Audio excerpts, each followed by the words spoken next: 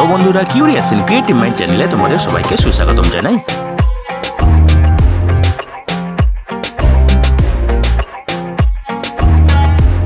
Hello বন্ধুরা, তোমরা সবাই কেমন আছো? আশা করি তোমরা সবাই ভালো আছো। তো আমরা আজকের এই ভিডিওতে কলকাতা পুলিশে নিয়োগের ব্যাপারে আলোচনা করব। তো বন্ধুরা, এই নিয়োগের সমস্ত খুঁটিনাটি তোমাদের দেখাবো, বলবো, তোমরা দেখতে থাকো যাতে তোমরা কোনো কিছু মিস না করো। তো বন্ধুরা, এই নিয়োগের এমপ্লয়মেন্ট নোটিফিকেশন নম্বর হলো 02/EMP/ESTT/2024 এবং এটি বেরিয়েছিল মার্চের 8 তারিখে। তো বন্ধুরা, এখানে নিয়োগ করা হবে ডাটা এন্ট্রি অপারেটর পদে অথবা DEO পদে, ঠিক আছে।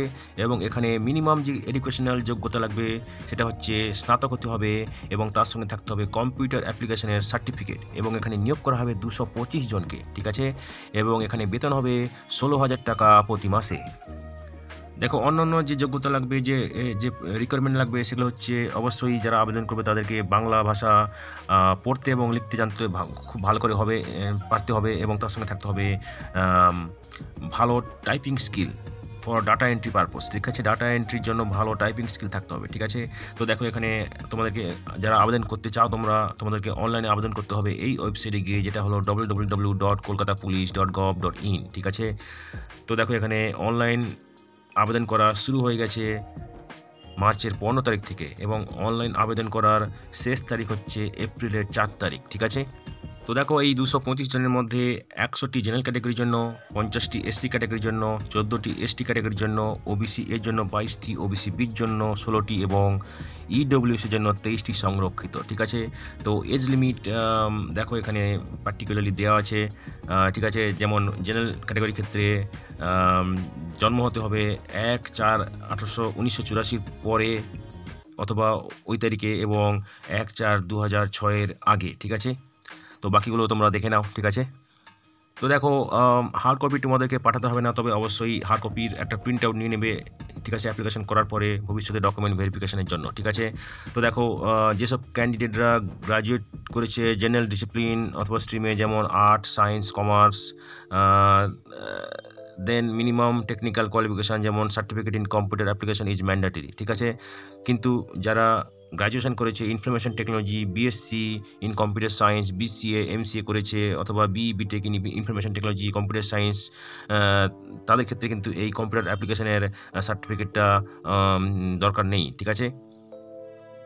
তো দেখো, যারা আবেদন করবে অবশ্যই পশ্চিমবঙ্গের স্থায়ী বাসিন্দা হতে হবে এবং ভারতের নাগরিক হতে হবে, ঠিক আছে।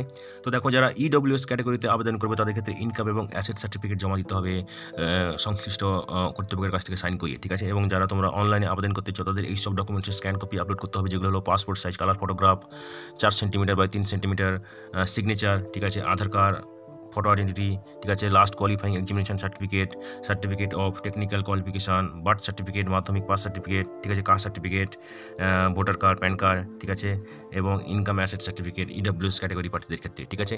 তো দেখো, এখানে এই অ্যাপ্লিকেশনের ক্ষেত্রে কোনো ফি নেই, ঠিক আছে। তোমাদেরকে কোনো ফি দিতে হবে না, খুবই গুরুত্বপূর্ণ কথা, আনন্দের কথা, তোমাদের কোনো ফি দিতে হবে না। তো তোমরা যদি ইচ্ছে করো সবাই আবেদন করতে পারো যারা এলিজিবল, ঠিক আছে। তো দেখো, যাদেরকে শর্ট লিস্ট করা হবে তাদেরকে একটা লিখিত পরীক্ষায় বসতে হবে, ঠিক আছে। এবং যারা লিখিত পরীক্ষায় বসবে তাদেরকে একটা ইন্টারভিউ এবং প্র্যাকটিক্যাল টেস্টে বসতে হবে, ঠিক আছে। তো দেখো, minimum computer keyboard English type speed থাকতে হবে 30 ওয়ার্ড পার মিনিট, ঠিক আছে।